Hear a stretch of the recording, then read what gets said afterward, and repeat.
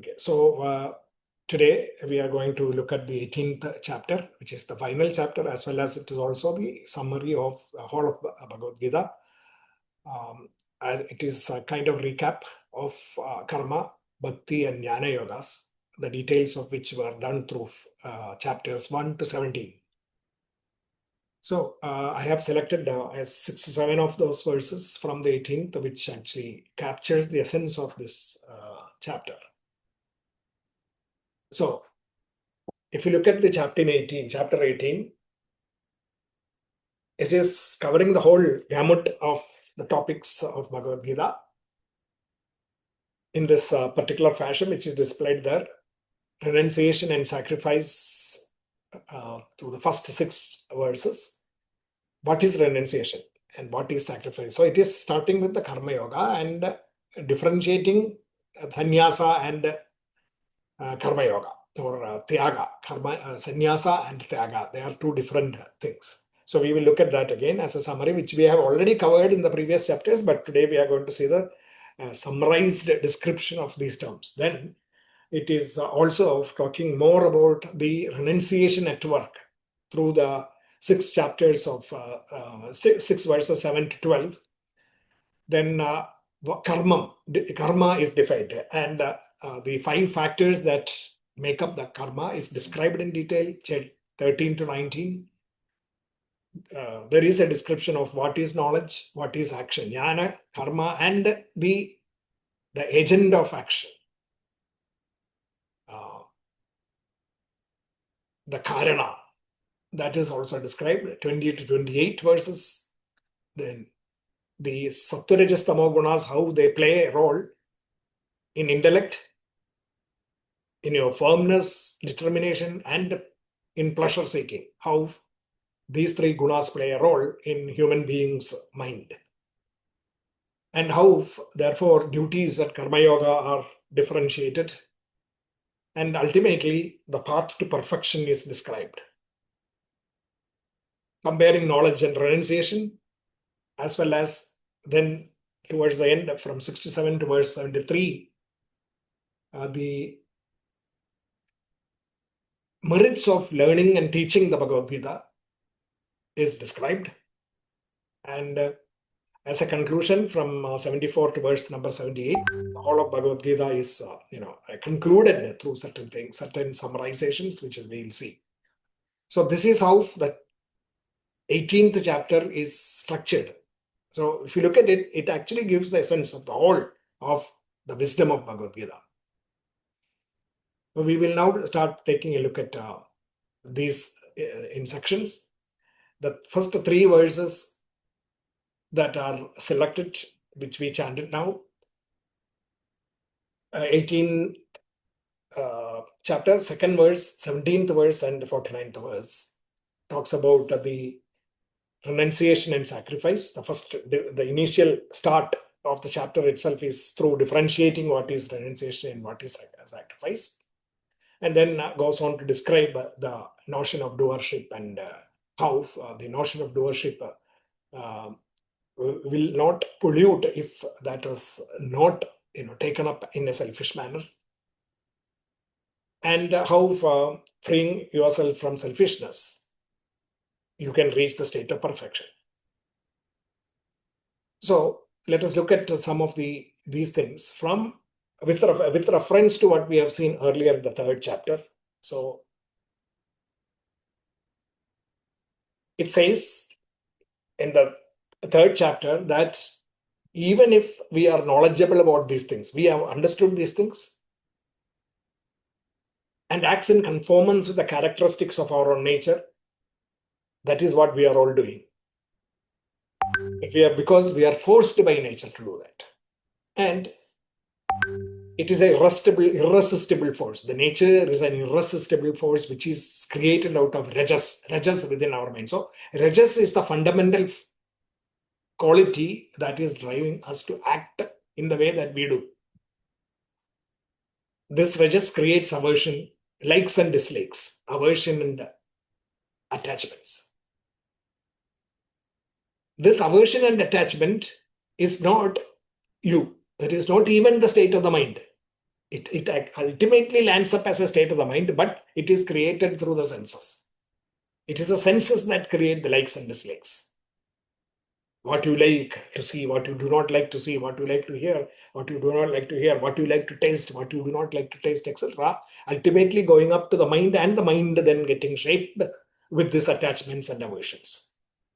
And all of these things, the senses are worked through the power of the self shining through us. This mind is also enlivened because of the self shining through us. So it is the self that is actually making us experience all these things, sitting within ourselves as the experiencer. But when it sits within the senses only, it becomes the experiencer. And the senses are the one that really creates all these differentiations. And then it says that it is better to carry out your duties, even if devoid of excellence, than to carry out the duties of somebody else, or something else. Better it is failure in your duty than invoking the dangers of undertaking something that is not within your gambit. So it's about the qualities of nature within us that is being enlivened by the power of the self. The self enlivens the qualities of nature, and love and hate, attachment and aversion results because that is from the senses. So if suppose you are running after the likes and dislikes, what it means is that you are running after the functions of the senses. So that is where you have to actually differentiate. You are running after the function of the senses. So you are not running after you. I mean, I am not running after me. Instead, I am running after the senses. That is what is happening. That is what the Gita is telling us, trying to tell us so that we understand that in detail. So running after the senses is a state where you are running after other dharmas, the dharma of the senses. It is the dharma of the senses that create hate and aversions, or likes and dislikes, like good and bad and all those things result because of the function of the senses. So senses are doing their duty, and you are running after the duties of the senses, dharma of the senses. In effect, that means that you have forgotten your own dharma, the dharma of the self. That is the essence. That is the only essence of Bhagavad-Gita. In fact, if you look at all the 700 verses, they are all pointing to this. You do your work.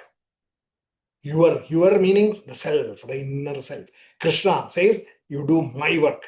When he says to Arjuna, he says, you do my work, everything dedicated to me, surrendering unto me. What does that mean? It means you have to surrender unto the self.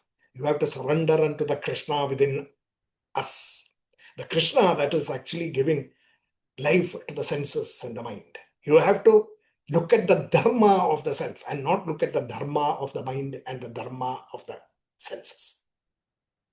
So you have to reject all those dharmas, the dharmas of the senses. Sarva dharman parityajya. That is the essence of the Gita, which comes in the 66th verse that we are going to see again. So when you reject the dharmas of all the other dharmas of the senses, then you are slowly getting yourself involved with the Antaryami. The Antaryami, which is also the Sarvantaryami. The power that is within you is the power within everything else. So it is the Antaryami as well as it is the Sarvantaryami. And that Sarvantaryami's essence is what? It is Yajna Bhava. Yajna is the essence of the Sarvantaryami. Therefore, Yajna is the essence of the Antaryami. Therefore, that is my dharma. And that dharma, if you are not following, then you are and you are instead taking the path of the others, that is the senses and the mind, selfishness and all these instant pleasures. So it actually equates to, if you are running after senses and if you are running after your emotional whims and fancies and your intellectual arrogance, then what is happening is you are forgetting the self within you. You are forgetting the Krishna within you, and you are not doing your duties. So that we need to change. Our bounden duty, as Bhagavad-Gita says, is to derive the joys of the inner self through always being supremely motivated by the powers of coexistence and expansion, which is the permeating force everywhere, which is the universal force everywhere, which is the true manifestation of the infinitude, Brahma. So when Brahman manifested itself as the universe, powering all the things that actually took shape from then on, that universal force is run by coexistence and expansion. And that is the same force that is actually powering our minds. And if our mind is then focused on coexistence and expansion, yajna bhava, then it is focusing on the self. Instead, we run after the pleasures and the mind's whims and fancies. So you are forgetting the real, we are all forgetting our real dharma and instead running after the dharma of the senses. That should not be. This is the essence. The you, the self, and others, the BMI. So your duty, the self's duty, the other duties that we follow is the BMI's duties. So which one should I select? I should select the self and not the BMI. That is what it is. This is the essence of Sarva Dharman Parityajya. So 66th verse is summing up this particular concept. The concept of your real duty in life, the real mission in life, the real vision of life should be to focus on your dharma and not the dharma of the external things.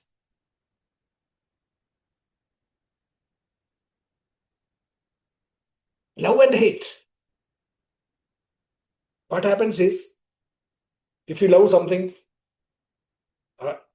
does it fulfill you? You want your desire, selfish desires, your likes. You are going after something and it gets satisfied. Yes. Then what happens? You want more. We all want more. This desire gets fed again and again and again. And then, it goes into an endless loop until you can no more. The desire is not fulfilled. You reach that state ultimately. And then starts the ladder of fall. Second chapter has described this ladder of fall, of brooding and desires, and then, not getting that desire done, and therefore your mind going into a slide, and ultimately delusion occurs, and intellect is destroyed, and the man dies. I mean, the dies in the sense, man goes into a downward spin.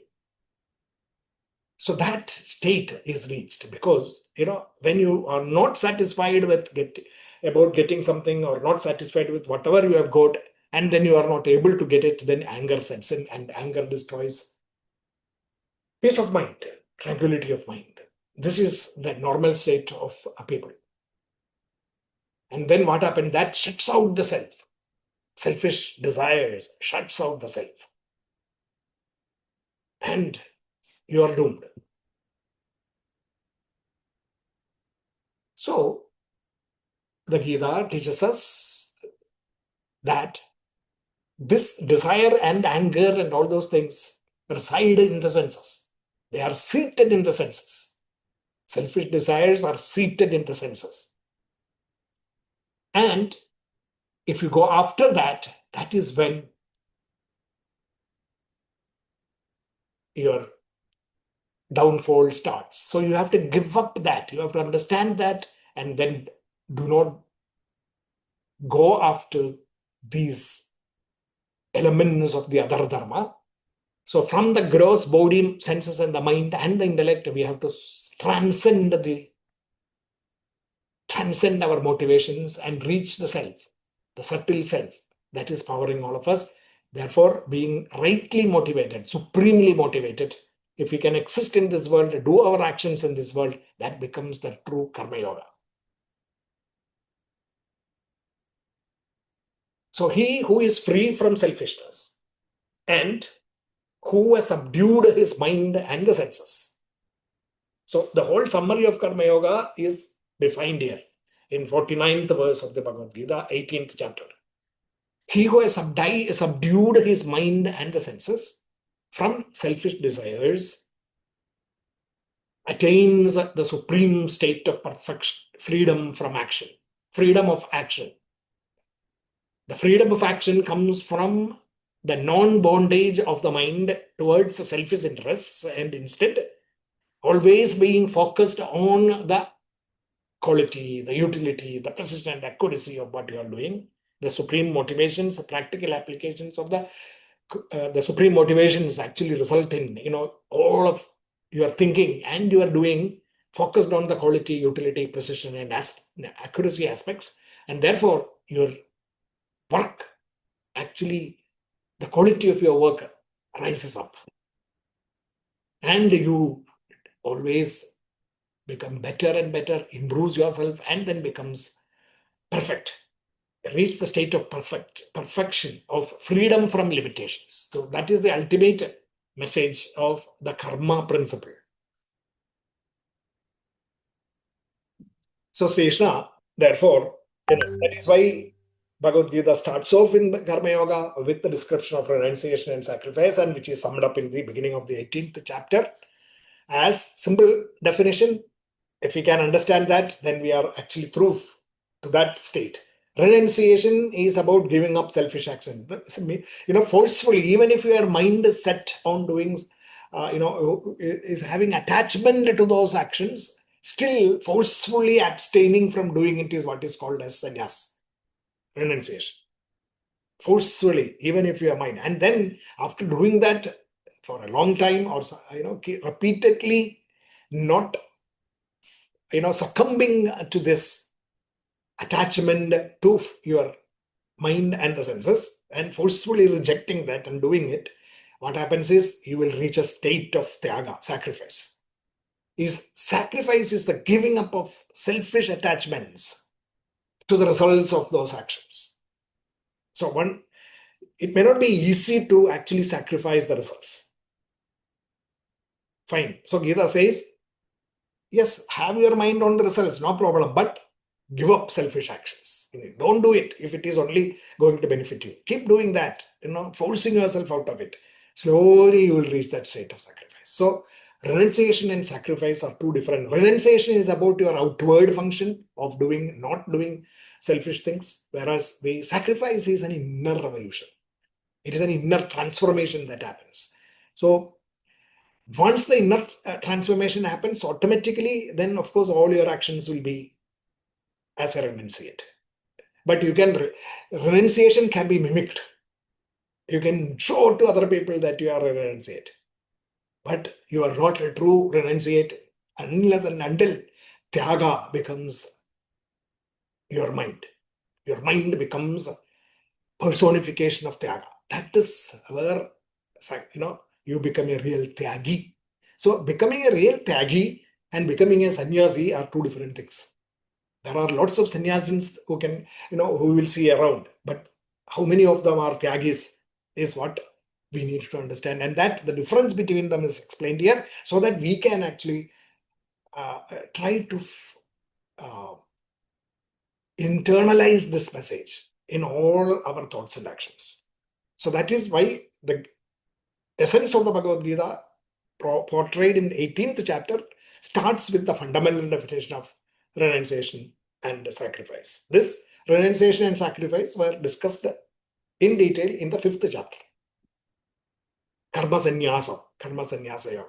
Here it is again taken up and to summarize so that we can actually now go back and think about the 5th chapter and then understand more of it.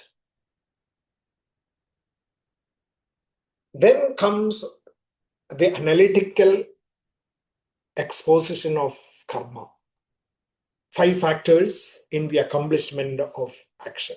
Here, okay, we should understand that I am going to actually go through these things, all this chapter in one session of 1 hour or so. So it becomes too much of information. You will actually feel that there is so much of knowledge there. But of course, we have seen this in the last 17 months.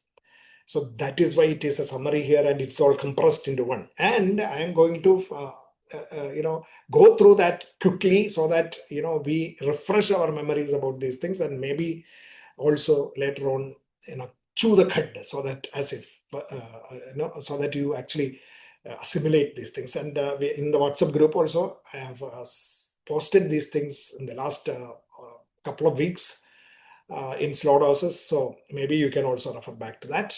And the essence of the Bhagavad Gita can still be captured. It cannot definitely be captured in 1 day, 1 hour, 1 day, or even 18 months. It can be captured only through an assimilation process, which takes maybe years. And it is a process that we need to connect with regularly and then try to practice that in real life. So to practice that, some more of the understanding of the real, intricacies of the knowledge of the Karma Yoga, Bhakti Yoga, and Jnana Yoga is required. That is why again and again Krishna is repeating these things, and the 18th chapter is a wonderful summary of that. Studying 18th chapter alone will help you to actually fully grasp the meaning, the significance of the wisdom of Bhagavad Gita. So the 5 factors in the accomplishment action is was described, which is about having any action is having a basis, a adhishtanam, and a karanam, something to do with something. If you want to do something, you have to have an instrument. So karanam is the instrument. Adhishtanam is the body, the physical body, and the instrument, hands, nose, tongues, mouth, and all those things are instruments in the body. The body is the sum total of all these things put together as in a shape for us to act in this world. So without the body, you cannot do anything, obviously. And the body itself is not meaningless unless you have a karanam. You have the karanam, the instrument, hand, tongue, the mouth, all the legs, and all those things. And this karanam, which are the organs of action, knowledge, etc., senses, sense organs, actions, karmendriyas, dhyanendriyas, panchendriyas, all those things are the karanam. And the body, which is actually putting together all these things in a shape as a human being. Now this is meaningless if there is no life in it. And that life is the power of the self working through all this as the jiva within us. The karta is the karta.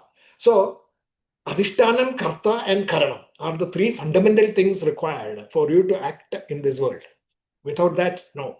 And okay, you have the life force within the body and the senses are working in the body, fine. Now there is something more. These organs have to communicate with each other. For that, there is an inner force that is rippling through us. And that is called as the cheshta, or it is the prana, the physiological expression of life. In scientific terms, we call it is called as the physiological expression of life. Digestion, metabolism, and memory, inference mechanisms, and all those things are all electric signals and power that is, going through this body. That is the cheshta. So, adhishtanam, karanam, karta, and cheshta. 4 things now. And okay, all this then is there.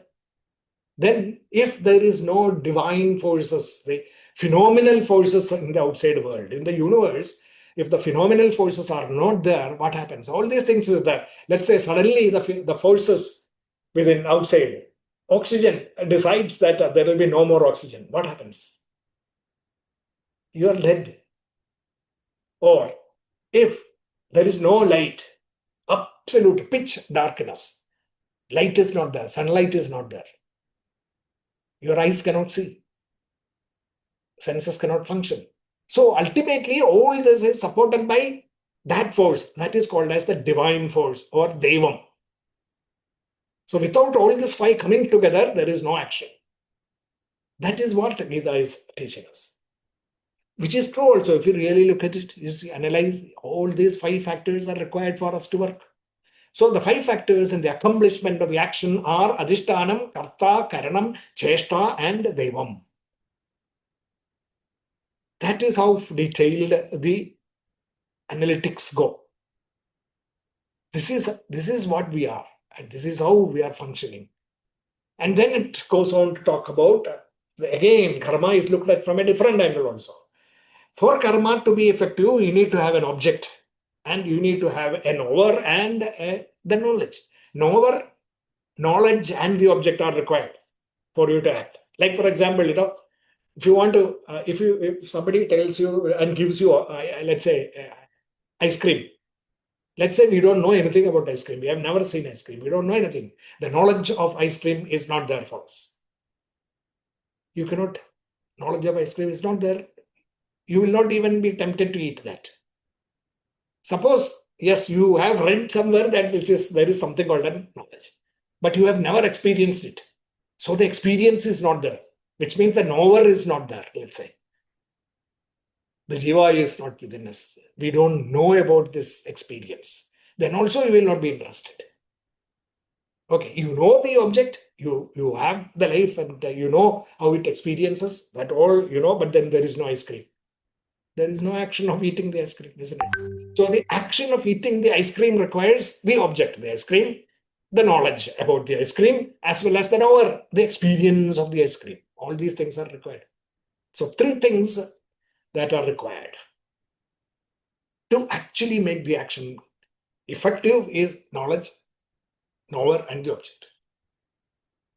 Then, of course, in the action, we also have the organ to eat. If you don't have the mouth, the tongue, taste, you cannot eat. You will not eat the ice cream.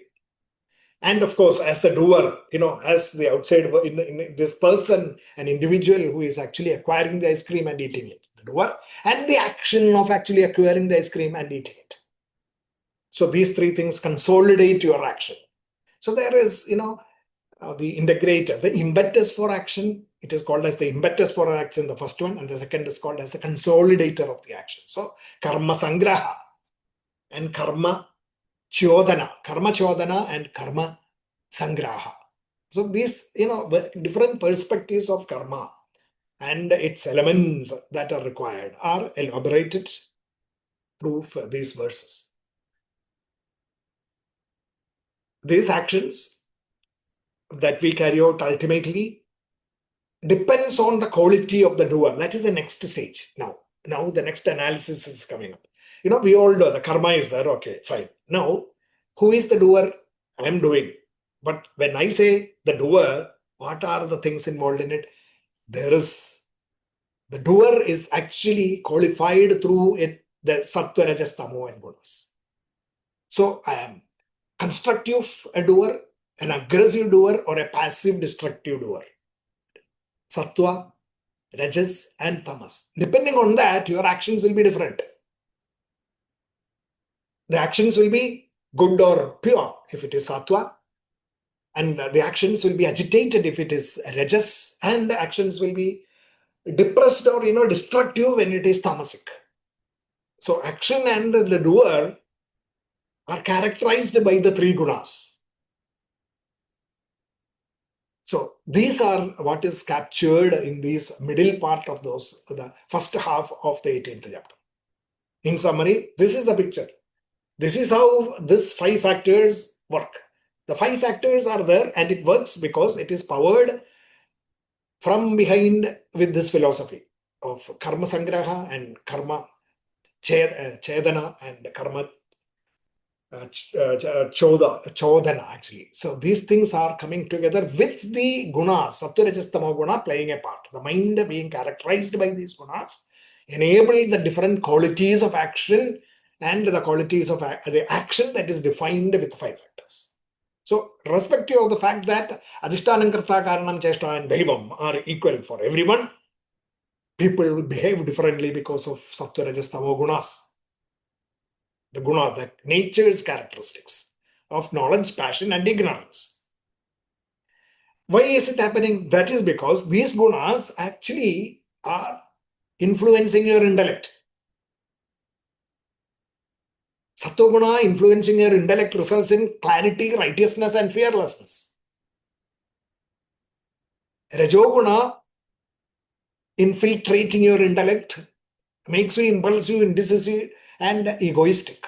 And tamoguna makes you perverted, confused, and pleasure-seeking. So intellect, it is the intellect that actually behaves differently because of the gunas. And therefore, that intellect makes decisions, and that decisions are passed on to your mind. Your mind that is preparing itself to actually follow what the intellect says. through sattva, persistence, consistency, and focus. Rajas, selfish, impatient, and excited. And tamas, distracted, lethargic, and inactive. Ultimately resulting in actions of pleasures or goodness and pleasure, shreyas and prayas, depending on whether it is sattva or tamas, or in between. And because of this gunas working through the mind and the quality of work that results from all this, 4 types of people were classified. That is Brahmins, Kshatriyas, Vaishyas, and Sudras. In various combinations of the gunas working through your power of thinking of the mind results in these 4 classes of people. And their characteristics are defined. And not only characteristics, but in the kind of professions that these people engage in are also listed. So this is basically, that is what I had shared through WhatsApp group also, the list of things. We are not going into the specific items that are described in verses 42, 43, 44 of the 18th chapter. So ultimately, the message, what we have to understand is how the self, that I have shown the self as the S here in blue denoting infinity. Okay, S is infinite. Krishna, the color of Krishna, blue, dark blue. That is myself. That self, when it gets entrapped or empowers the physical body, adhishtanam, and the mind and the intellect, the gunas of those mind and intellect equipment is actually shaped by the gunas of Rajas and Tamas. And this, therefore, that gets active. And that becomes the jiva. And that jiva, therefore, the life energy, universal forces, becomes the life in the ego and the memories. So my memories and experiences and the projections of thereof, my ego eccentricities and likes and dislikes, all those are empowered now. So life energy becomes my likes and dislikes, ego, and all those things. Then, just like the electricity becomes heat in a heating coil, and then after it burns, it becomes bright, and then light is emanated, it becomes light. There is this difference, that transformation of, actually, I would probably use the word transduction of energy. It is not transformation of energy, because Brahman infinity is not getting transformed into a jiva. That means when the jiva comes, there is no more infinitude, isn't it? No, it is not like that. Infinity is always there. That is never destroyed. It was there always. It will always be there. And whatever is to come will be coming from the infinitude, self. And that self does not transform itself into the universe or the jivas thereafter. It is a transduction. That is what is happening. A kind of, becoming that, identifying itself with the material things. And then, therefore, it becomes a different thing, showing the qualities of the material things. That's all. The self is still undiluted. And it is working through this individual's mind, and then it becomes the ego and memories, taking the qualities out of it. Just like, in the 15th chapter, we talk about the self as that the wind that enters a flower and then exits with the smell of the flower. Vayur gandhanyo ashrayat. And when it actually becomes the ego and memories, what does it show as? It shows as ownership, individuality, inclinations, habits, and personal experiences, the powers of those things. And then that actually shapes the mind. Thinking comes in the mind, and then it shapes whatever is your ego and the memories dishing out as ideas, concepts, emotions, and feelings. Life in the mind equipment becomes ideas, concepts, emotions, and feelings. So life energy becomes individual consciousness first, and it becomes life in ego and memories, becoming the ownership, individuality, inclinations, habits, and experiences, becoming the life in the mind equipment, mind intellect equipment, and becoming the ideas, concepts, emotions, and feelings within us, which actually now runs the senses and the organs.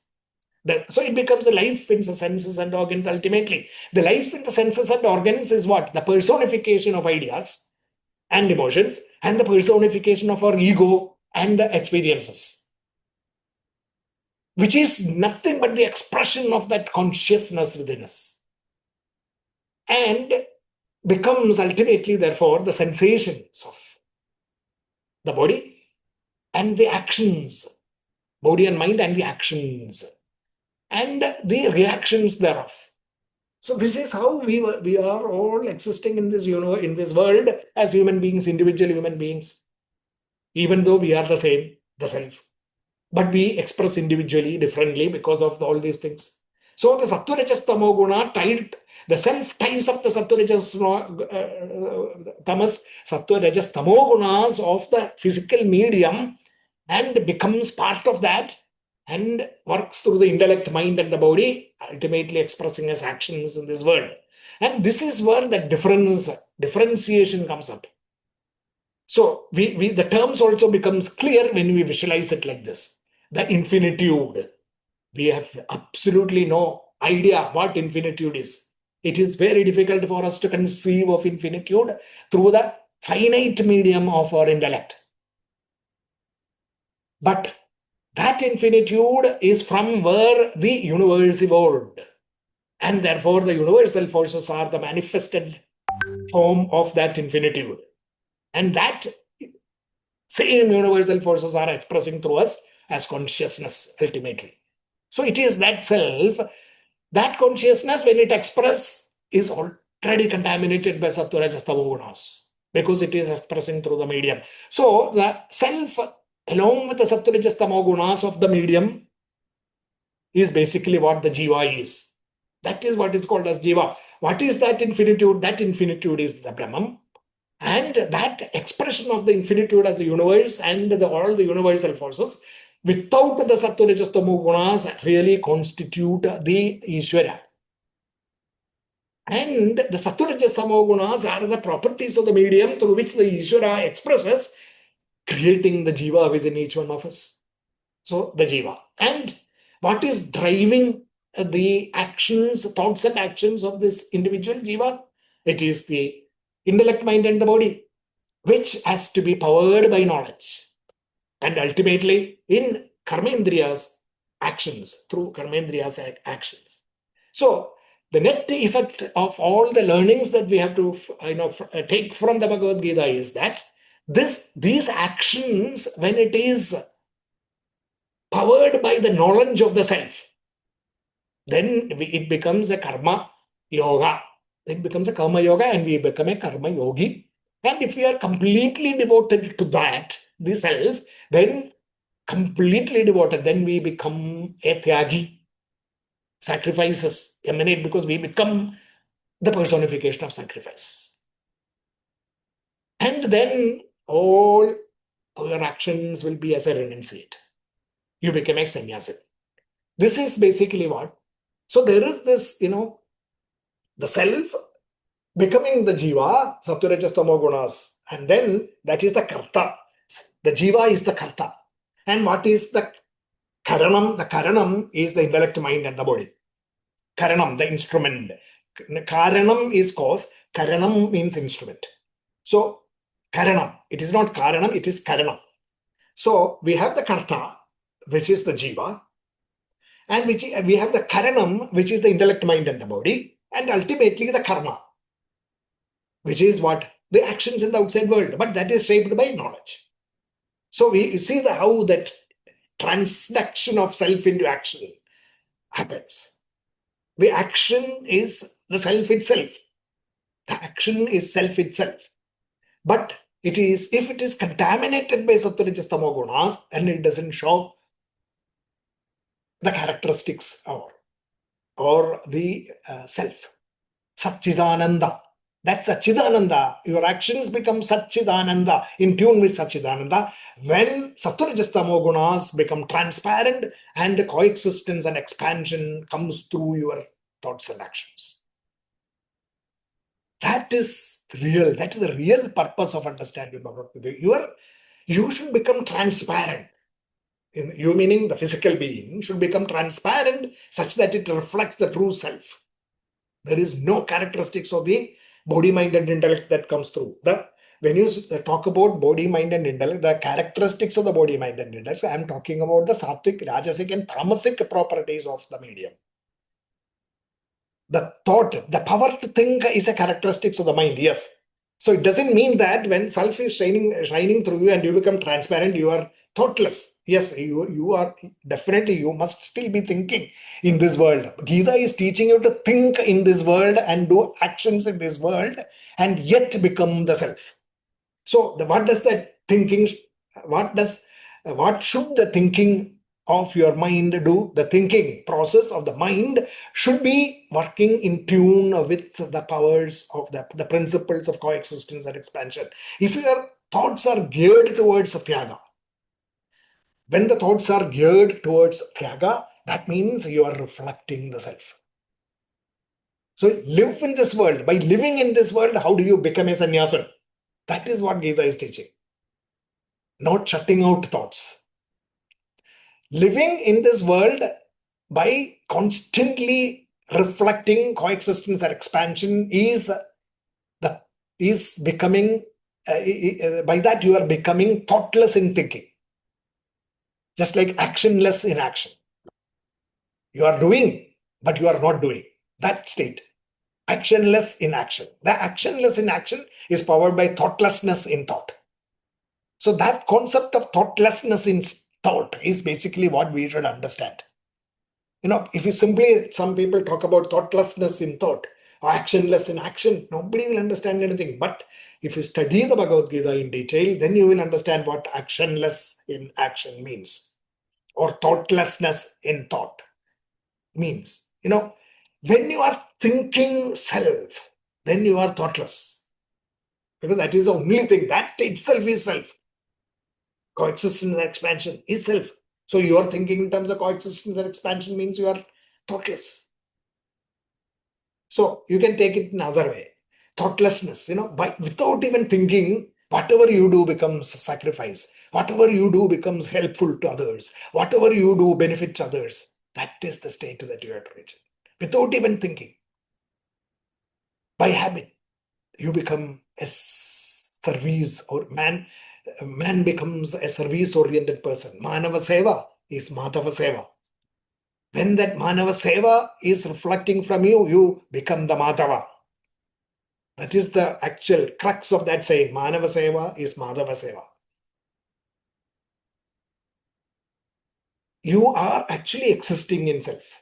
That is what is to be understood by the real deeper understanding of Karma Yoga and the factors of karma and the elements of karma. So that is why all this, up to 40 to 50 verses, the initial 50 verses of the 18th chapter is describing the Karma Yoga in detail. Karma Yoga in terms of the actions, Karma Yoga in terms of the inspirations that should drive the karma, and Karma Yoga in terms of the knowledge that you should have in performing those actions. So it is Karma, Bhakti and Jnana in action. The first 50 verses of 18th chapter is describing the true essence of Bhagavad-Gita. Actively resist the evil within you. Active resistance of evil is basically what the message of the whole of Bhagavad-Gita is. Active resistance to unrighteousness is the practical message of the Gita. Active resistance to unrighteousness. What is unrighteousness? Unrighteousness is your drive to satisfy the other dharmas of the senses, mind. Righteousness is your propensity to actually carry out everything for the sake of the self. That is righteousness. So actively engaging in righteousness is the message of Bhagavad Gita. That is why it says, Sarva dharman parityajya. Reject all the other dharmas. Mam ekam sharanam vraja, and focus fully on me. Surrender completely to me. Aham tva sarvapabebhyo, that power, that me, that self, the power of that self, mokshishyami, will definitely liberate you from all your sins. Do not grieve, ma shuchaha. Do not grieve. Don't grieve that you are not able to do things. Don't grieve that you are incapable. Don't grieve that you are unhappy. Don't grieve that you are not successful. Don't grieve that you have failed. Because you cannot fail. Self cannot fail. You cannot grieve. Self cannot grieve. You cannot, be not confident, because self is full of confidence only. Self is confidence. Self is persistence. Self is consistency. Self is success. Self is happiness. Self is fulfillment. Ultimately, self is bliss. So do not grieve. That is how the message of Bhagavad Gita ends. Do not grieve.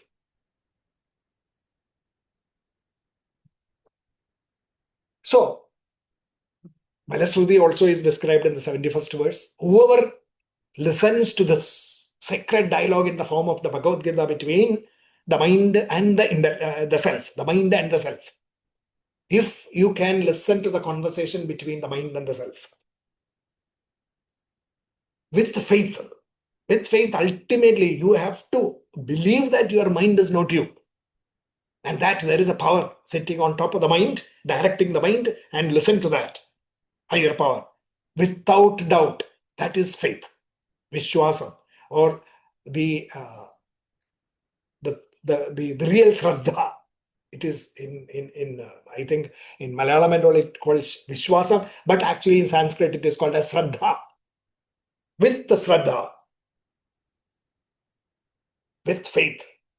Faith is a very loose English translation of the word Shraddha. With Shraddha and without cavil. Without cavil meaning, without just simply for the sake of questioning, fighting, cantankerous, without, this kind of petty, mental mindset of always telling, oh, no, that is not right, or I cannot do this, I am doubtful. Yeah, all this is good, but I cannot. Ultimately it is all difficult. That kind of feeling of the mind is called as, a mind that is caviling. So with faith and without cavil becomes free from sin. If you actually do that, then you will be free from the sin of committing adharma and attain a state of perfection. A state of higher worlds where the actions are pure and virtuous. Sattvic, purely sattvic. In tune with tyaga, sacrifice. You become tyaga, sacrifice. So, detailed descriptions of that was given in the 5th chapter, 4th chapter, 5th chapter, 11th chapter, and all those things, all those chapters previously, and it was summarized also here. If you look at it again as a grand picture of things that are happening, let us look at that diagram here. Here, the absolute self, which is the Brahman, or you can call it as the capital I, the big I, which there is only one capital I, and all of us are the same I.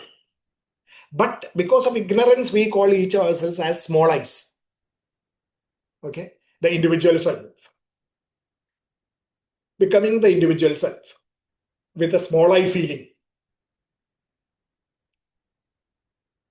The I is permeating everywhere, but we think that we are the small I, limited to this body, mind, and intellect, becoming the individual self. So the transaction of the absolute self as the universal self, the Ishvara, and to the individual self as the Jiva is happening that way. Now, if you look at the scientific basis of it, what is happening is pure energy. No qualities, nothing. That is Shivam. That is the power of Shiva. Pure unified energy. No form, nothing. No qualities. You cannot even understand that. In the manifested world, it becomes the universal energies of, there are 4 fundamental forces of nature. It becomes governed, then automatically that pure Shivam. That Shivam, when it is manifested as the universe, in the universe, it becomes fundamental forces of nature, which is automatically governed by physical laws. So the physical laws and these universal forces are one entirety, and that is what universe is governed by physical laws. This governing by physical laws is basically what actually on earth translated into life energy.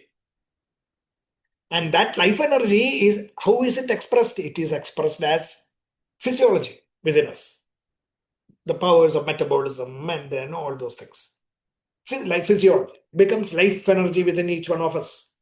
So the transduction, like universal self, has become the life energy within me, giving rise to my awareness, consciousness. First consciousness, prajna, initially the undivided, convoluted, referring to itself, undivided, one monolithic consciousness initially, prajna, which became attached to the senses and started spreading out into different streams. Consciousness, awareness, governed. That life forces and consciousness are governed by biological laws and physical laws, both biological, physical, and chemical properties and all those things. It starts functioning through the mind as the ego, intellect, mind, and the memories. Mind, when I am differentiating intellect and mind as two. Scientifically, there is only ego, mind, and memories.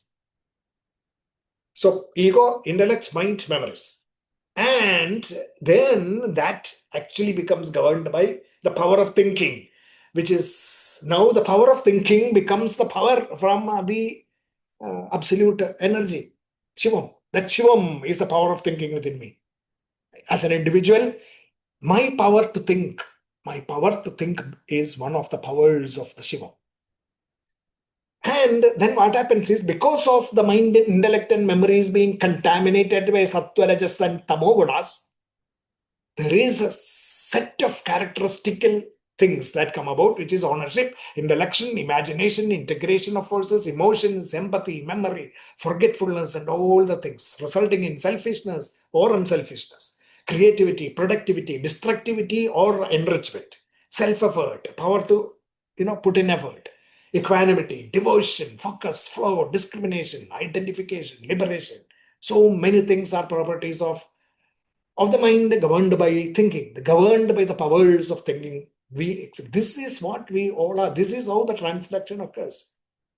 So my selfishness itself is also an expression of that power of self, but contaminated by self, sattva, rajas, tamo gunas.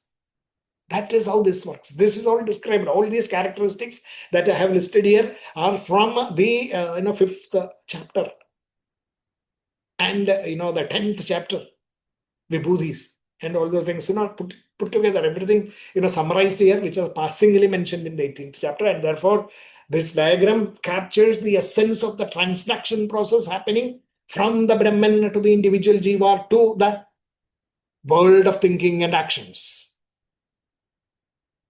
So you can now look at this, the air and the flower. This is the flower, starting from the individual here, This is the flower here, where I am drawing this cursor now. And the wind blows through that flower, which is one of us. And what comes out? What comes out is not just self with the vasanas. The vasanas come out. So that is what 15th chapter was describing, this picturization in as an analogy of the air flowing through the flower and carrying out the gandha, the vasana of that flower.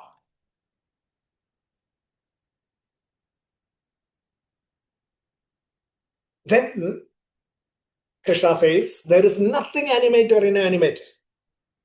Everything, including a stone or human beings. A stone or a human being. And what happens in action, earthly actions or divine actions, which will be free from the three gunas of the Prakriti. It is unavoidable. And here the description is about this, all these actions that we do, because of our influence in or being influenced by the mind, intellect, and the pleasures of the senses are earthly actions.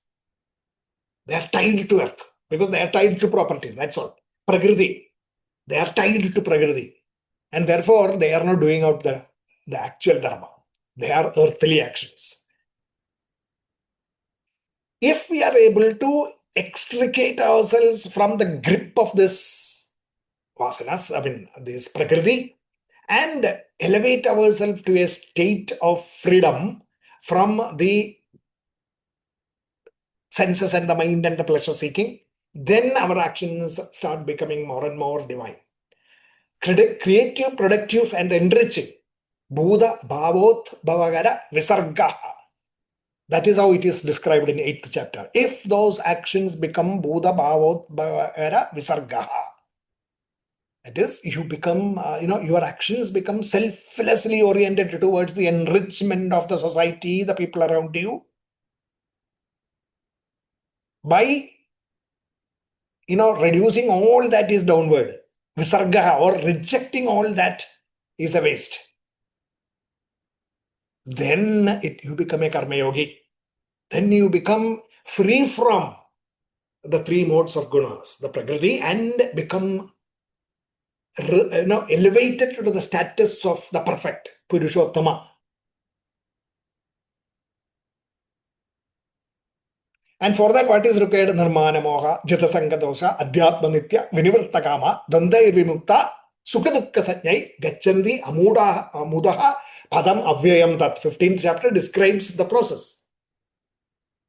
Nirmana moha, without any pride and delusions.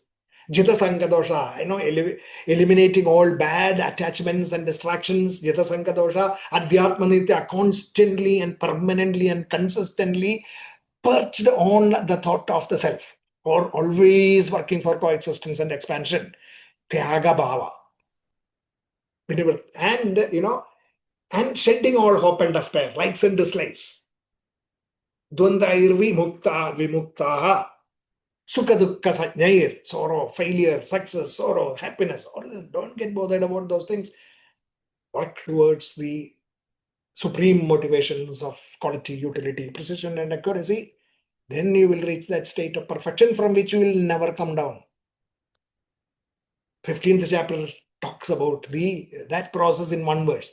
Then mana moha jata sankadosha adhyatma nitya vinurta kama dante vimuktaha sudukka satnyai gacchantyamudaha padam avyayam tat. Padam avyaya vayam. That non-destructible state of self. You will reach that state from which you will never come down. That means it doesn't mean, what does it practically mean? It means from which you will never come down, meaning you will always constantly be perched there. Yes, there will be fluctuations here and there when you become left out, when you become despondent, when you become faceless, when you become, completely dejected because of lack of confidence. All those things will happen immediately. You will pick yourself up. Uddareda atmanatmanam. You will pick yourself up with the self itself and then come above that and float above. Understanding fully well that these are happenings in this universe, in this world, and that these are not permanent states, and the permanent state is that state of equanimity and happiness, which is me, the self, that state of mind. Constantly, if whenever you are going down into the depths of the samsara, the ocean of open light, despair, likes and dislikes, you should pick yourself up the atmanatmanam and bring yourself up to the top, and then again, and bring that equanimity of the mind, and then again you go do that. Every day, every hour you come down and then go up, come down, go up, come down, go up. This happens, and if you are constantly watchful of your transgressions of the mind, and then watch out and then bring yourself up through your own self-effort, then you will reach a state where you will permanently reside in that state of self. And nothing in this other turbulence will never be noticed. Yes, it is easy to say that, but then it is something that can be achieved through constant practice. It is not about always being there and totally unperturbed by everything that is happening. In this world, when you are living, yes, you will be happy, you will be sad. All those things will happen, but take it in its stride is basically what Gita is teaching us. Take it in its stride and understand why it has happened. Try to rectify the conditions that would have caused this, or try to accept what is not changeable, and then go forward without regrets of the past or anxieties about the future, agitations, no agitations in the present, being mindful of the power of now. Now is what you should do something. Keep doing that. Keep doing that with the thought of yajna bhava within you always, the self, and then that way you will reach a state of perfection from which you will never come down. Is basically what Gita is trying to teach us. No one can escape the gunas. There is existential action required as well as there is divine actions. And you will be going in between these two states. You will be swinging from existential action to divine action, but be mindful of what is happening. That is possible because we have a mind, and that mind is capable of thinking of the self as well as thinking of the senses and the mind. Both. The mind is capable of doing both. And we are also powered by the self, the knowledge of the self, which will help us to raise our mind from the existential to the divine. That is our advantage. We can with the mind understand the gunas and their ramifications. And we try to differentiate between these gunas and understand what each one of these gunas mean in the mind and therefore in the actions that we perform in this world. So that Gunatraya Vibhaga Yoga, 14th chapter, talked about those things in detail. And whatever was not covered in Gunatraya Vibhaga Yoga was covered in Devasura Sambat Vibhaga Yoga and Sraddhatraya Vibhaga Yoga of 16th and 17th chapters. And then summarized in 18th chapter, again, how these three gunas affect our thinking, intellect, and also firmness of decision, etc., and actions in this world, so that we become, appropriately classified as Kshatriyas, Vaishyas, Shudra, and Vaishya, but then, performing in a sattvic manner. So this is the way all these things were put together in the 18th chapter. We have the capability to shape the gunas, is the essence that we should carry. So active resistance to evil and using the capacity of the mind to differentiate between the gunas.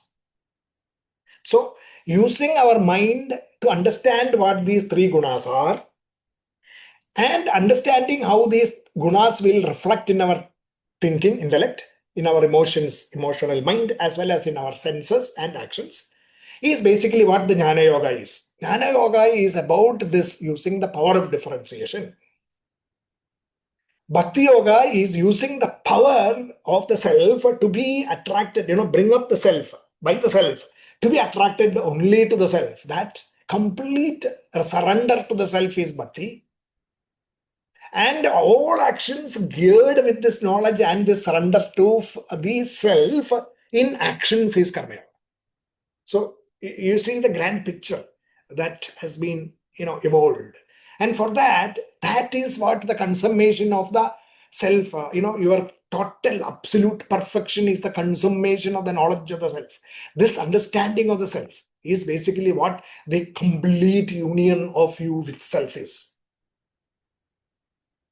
It says in the Gita that in general, the self actually empowers our intellect, which therefore immediately powers our ego. The first thing that the intellect does is to bring in the ego, the ownership to the body, mind, and intellect. Enabling, powering the mind, then telling the mind to do what it is. The ego is telling the mind to do something. Organs of perception and the senses and the body follow suit.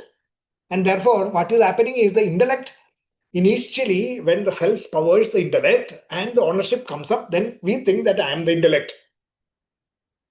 the self is now forgotten, and then say I, the self, I am the intellect. Self is now forgotten. Then the mind is directed, and therefore intellect mind becomes myself. And the senses are now taken prisoner. And then we say intellect mind senses, that is this body and this individual is me, self. Completely forgot the actual self. The intellect mind senses and the body becomes me. This is how we get tied up, we get bondaged, we get imprisoned. We have to get out of this imprisonment. How do you do that? You need the power of that goodness within us, the power of the sattva within us, the power of goodness, the divine power of goodness, and the divine power of goodness reflecting as ultimately actions in the outside world. Both are required. Not only being, divine, good, I'm good, but you don't do anything, doesn't mean anything. You have to have. So that means you have to have Devaki and Vasudeva within us. And Devaki and Vasudeva, when they combine together, there is this divine action that comes out from within the self. That is Sri Krishna. And that Sri Krishna is taken out into the world by Vasudeva, the goodness acting through you as Deviga functions, divinely actions. When divine actions emerge from within you, carrying the Krishna, the self within us, then what happens is all obstacles become nothing. They will break down. The lock of the cell will open up. And when you go out, even if there is heavy flood, rains, that rivers will change course or divide itself, and you will proceed, and complete prana within you will be focused on doing what is required. The Adishesha will come there to actually protect you and carry you forward to the land of divine, the Gogula. That is, picturization of the birth of Sri Krishna within us. From the cells of Kamsa of negative influences, of selfishness, destruction, evil. And from within that, you have to get out with the powers of the goodness and the will to act. Goodness and the will to act. Vasudeva and Devaki. That is how Krishna is born. And then it grows up, killing all kinds of difficulties. From Pudana, Shakadasura, Trinavartra, and all those kind of evil people, who come to actually destroy the people around you.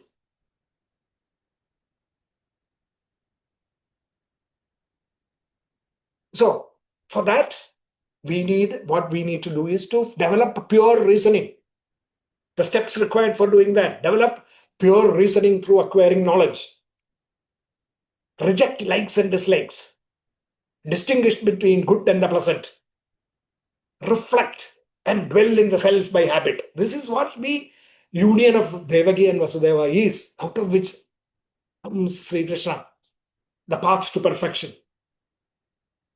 And, of right perception and liberation. Ultimately, liberating yourself from the Kamsas, the Pudanas, the Shatagasuras, the Vrigasuras, the Denugas, and all those people. Ultimately, Kamsa, and then comes Dandavakra and Shishubala, and all those people are killed.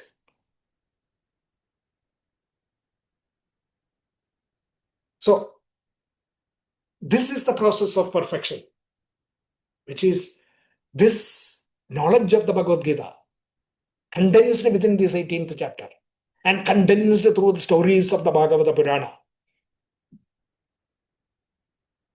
That is what Bhagavad-Gita is. So it's about the blue line indicates that infinite where we are, and we are all like that only. We are free. Suddenly it becomes bondage. We forget the self. Because of I, me, mine, etc. We forget the self and we are bound. So the infinite, the universal, and the prajna, infinite Brahman, universal Ishvara, becoming the prajna within us, the jiva, we identify ourselves with the body. I, me comes up. emotions, mind feelings, mind, sensing it through the pleasures that I require. And the organs then go after those pleasures of mine. That is bondage. The bondage is failing to understand the infinitude of yourself and getting tied by the senses and the mind.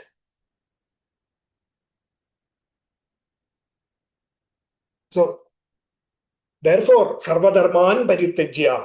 That is what Krishna says in the Bhagavad-Gita. Sarvadharman parityajya mamekam sharanam vraja haham tva sarvapabebhyo mokshayichyami ma shucha.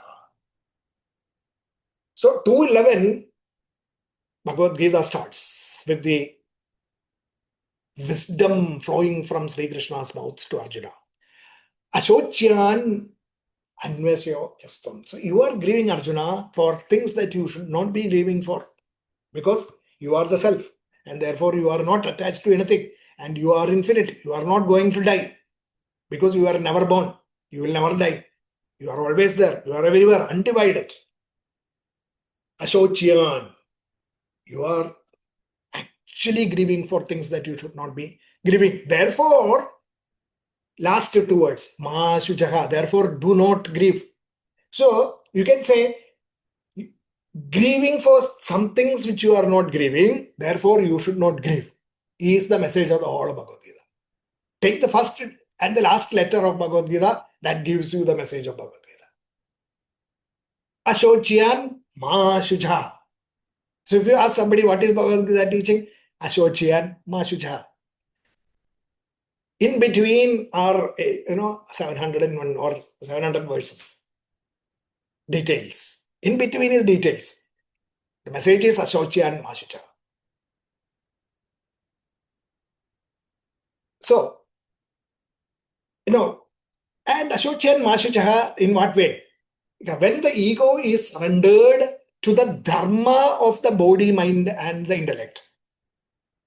When the ego is surrendered to the dharma of the body, mind, and intellect, we become extremely selfish.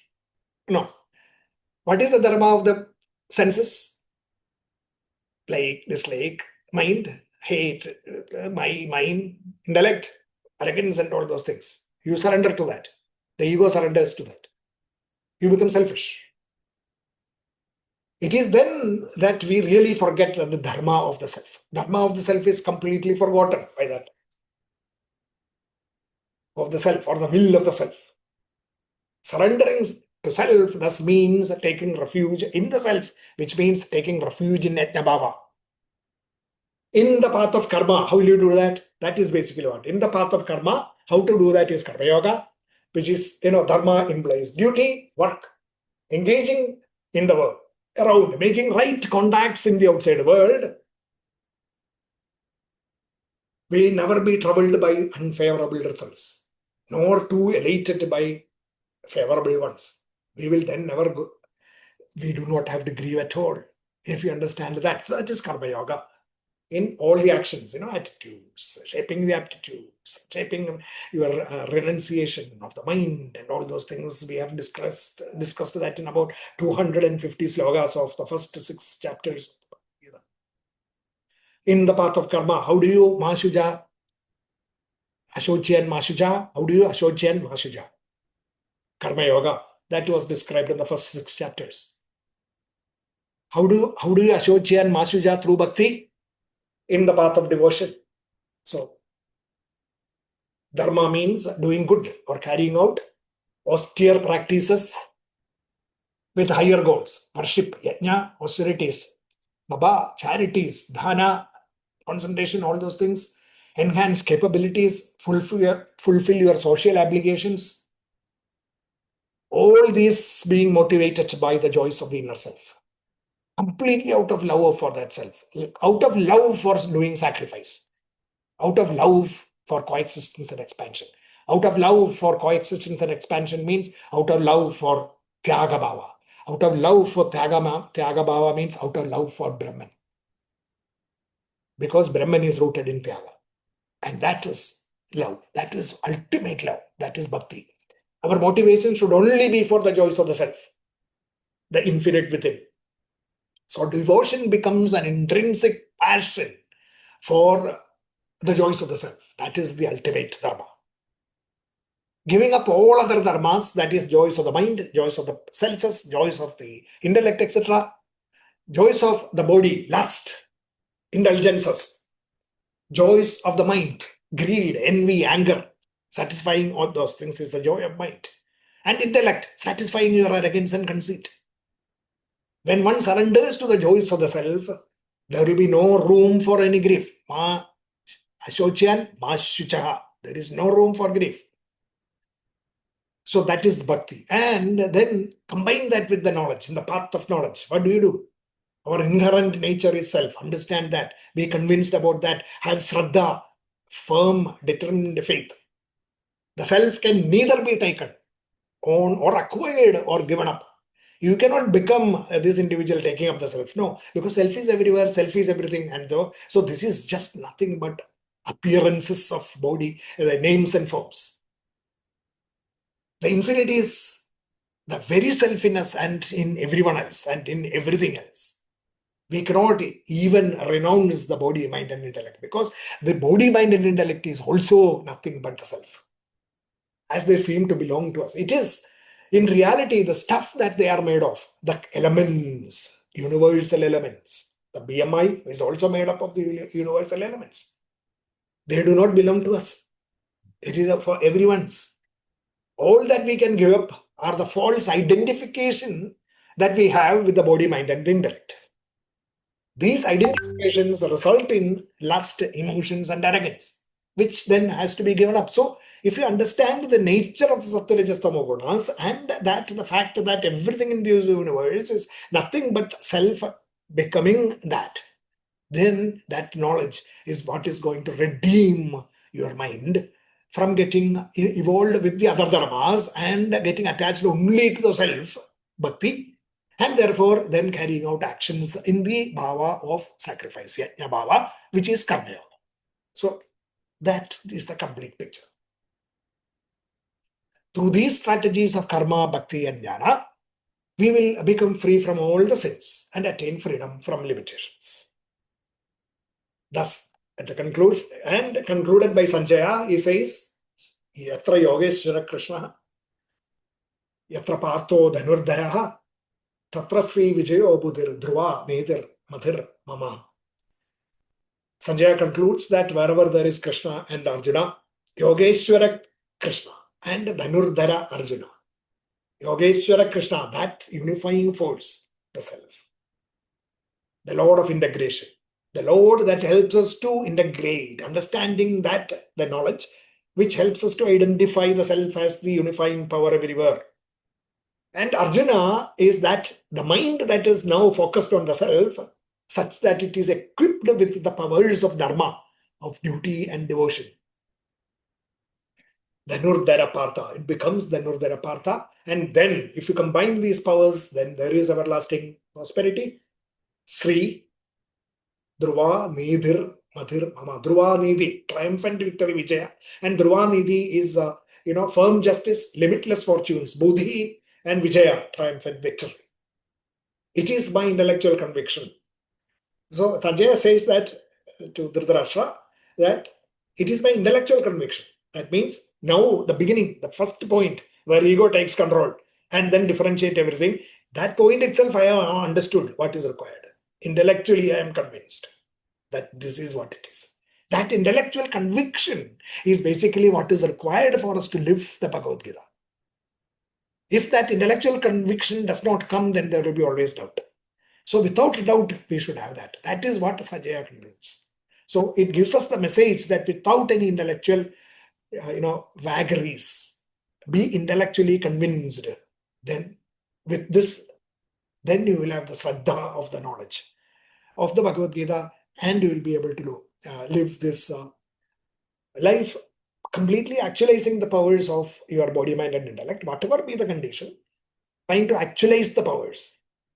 Yes, there may be, some people may be, born with certain difficulty, genetic disorders and all those things, but still, so there will be some problems. But normally, for the normal people, Of course, they have to be treated. But for normal people like all of us who are here, 90% of the people, there is no such problems from childhood to till death.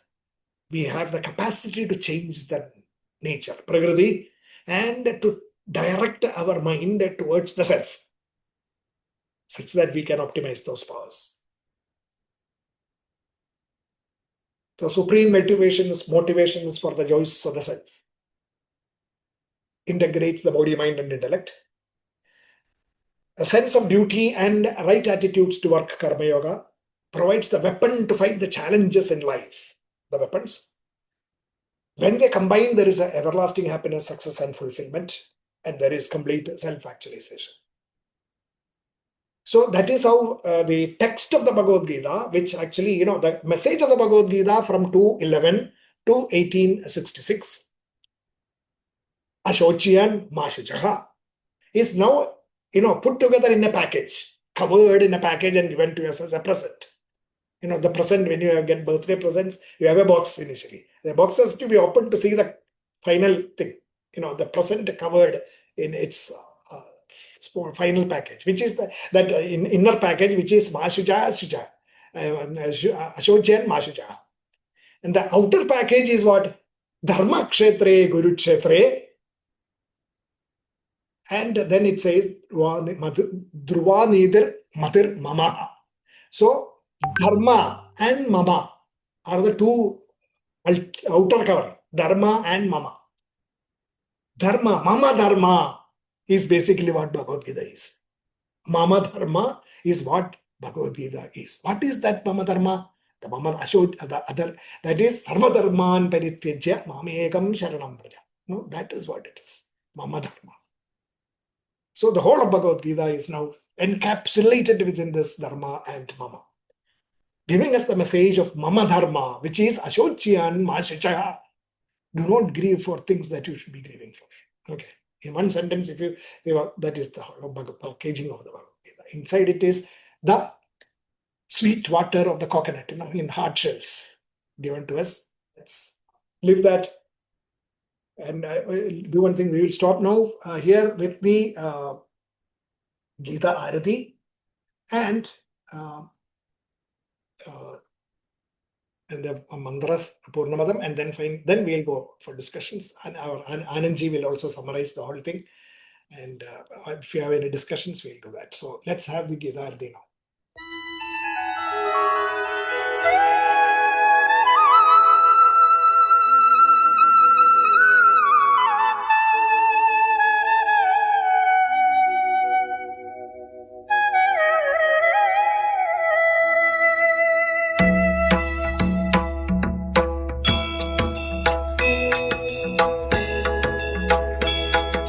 जय भगवद गीते, जय जय भगवद गीते, हरिः कमल विहारिणि, हरिः कमल विहारिणि, सुंदर सुपुनीते, जय जय भगवद गीते,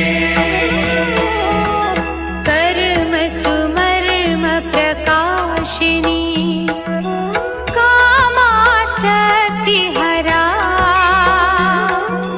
कामासक्ति हरा,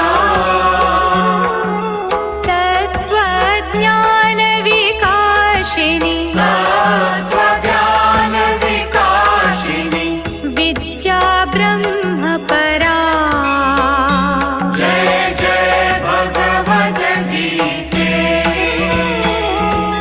निश्चल भक्ति विधायिनी, निर्मल मलहारी, निर्मल मलहारी, शरण रहस्य प्रदायिनी, शरण रहस्य प्रदायिनी, सब विधि सुखकारी, जय जय भगवद गीते,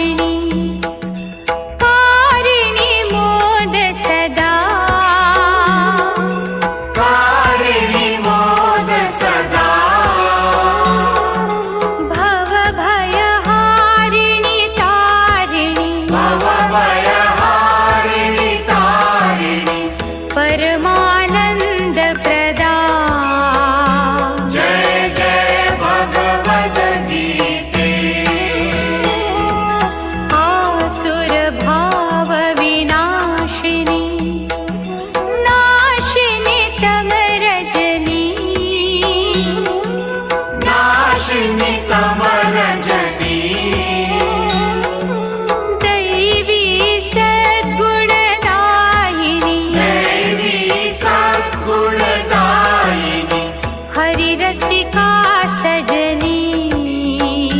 जय जय भगवद्गीते। समता त्याग सिखावनी, हरि मुख की बानी। हरि मुख की बानी। सकल शास्त्र की स्वामिनी। सकल शास्त्र की स्वामिनी। श्रुतियों की रानी। जय जय भगवद्गीते। दया सुधा बरसावनी, मातु कृपा की जय। मातु कृपा की जय। हरि पद प्रेम दान कर। हरि पद प्रेम दान कर। अपनों कर लीजे। जय जय भगवद्गीते। जय भगवद्गीते। जय जय भगवद्गीते। हरि हिय कमल विहारिणि। हरि हिय कमल विहारिणि। सुंदर सुपुनीते। जय जय भगवद्गीते।